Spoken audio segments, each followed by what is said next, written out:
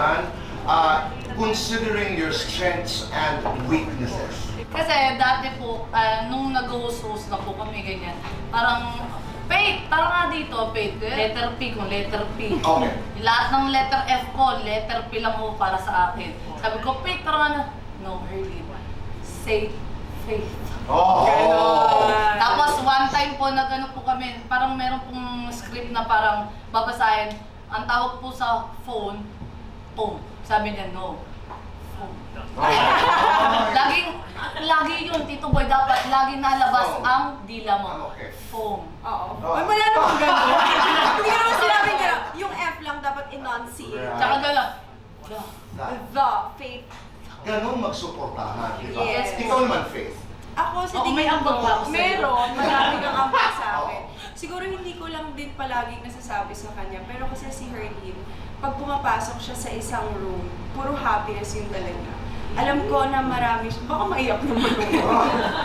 Na alam ko na marami siyang dinadala din sa buhay niya. Katulad nating lahat. Gatchalian! Magmano ka ni Gay Nino? Mano! Anong pakiramdam?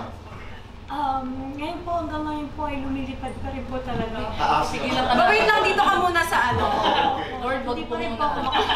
Kumusta ang mga boys sa mga araw na ito?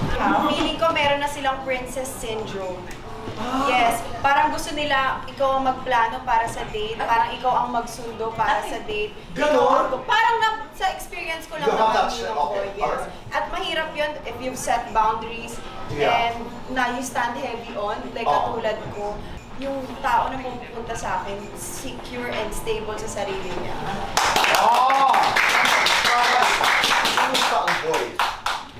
Iba-iba po kasi, meron pong maloko, meron naman pong seryoso. Swertihan na lang po talaga sa makukuha. Anong nakuha? Seryoso naman po. Napakaganda. Panalo ka na pala. Okay. Herlene, It's your time O to shine. ako, ano ba yung tanong? Mga boys kumusta ang mga boys? Andiyan lang naman sila sa paligid Okay. at talagang wala akong pakialam sa lalaki ngayon. Okay, Parang nakapokus mabuti. ako sa trabaho. Guilty or not guilty? May iniwasang artista. Guilty. Guilty or not guilty? May chinismis na kapwa artista. Pero hindi naman chismis eh, parang Napag-usapan. napag-usapan lang. Kami Guilty or not guilty? Nangopia sa kaklase. Guilty! Guilty. Ako, takong lakas ko. Single or taken? Single! Parang may regla. Ang aking inaanak at ang aking ampon. Yes. Lights on or lights off? On. Lights on. Happiness or chocolates? Happiness. Chocolates. Best time for happiness and chocolates. Any time of the day. Akin. Gusto mo ba? I'm ready! Wait, Christmas wish. Long life ni tatay at ng mama at papa ko. Christmas wish. Na mag-world peace. Wow. Alam mo, napakahalaga na ngayon. Dati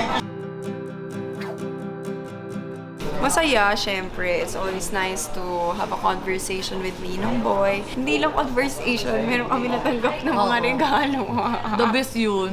First time ko nakatanggap ngayong taon ng regalo, bukod dun birthday ko. Ngayong ang aga ng pamasko. Totoo. Ninong Boy. Ninong na lang din kita. Tatlong beses ko sa Fast Talk. Parang lahat laging may pangaral. May learnings. Laging may natututunan nga learnings. So, ikaw naman. Yes, hindi. At saka yung to be able to share kung yung story namin dalawa, parang first time namin na mapag-usapan din yun. Di ba? Kasi nakikita nyo First kami guesting din namin na kulit-kulitan lang sa TikTok lang. Pero iba din pala. Iba ka, girl. Ah! Yeah, syempre kakatapos ng tanghalan ng Kampiyon Grand Finals. Marami pa rin mga pasabog, happy time, at syempre ang Quizmosa, nandyan pa rin. At syempre ang ating mga hali-hali Guhoy Games na pwede nyong gamitin ngayong malapit ng mga Christmas party.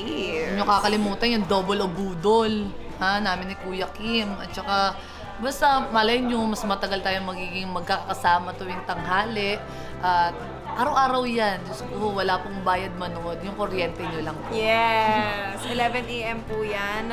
Mondays to Fridays. Kaya naman, let's go! Tik Tropa! Magingay!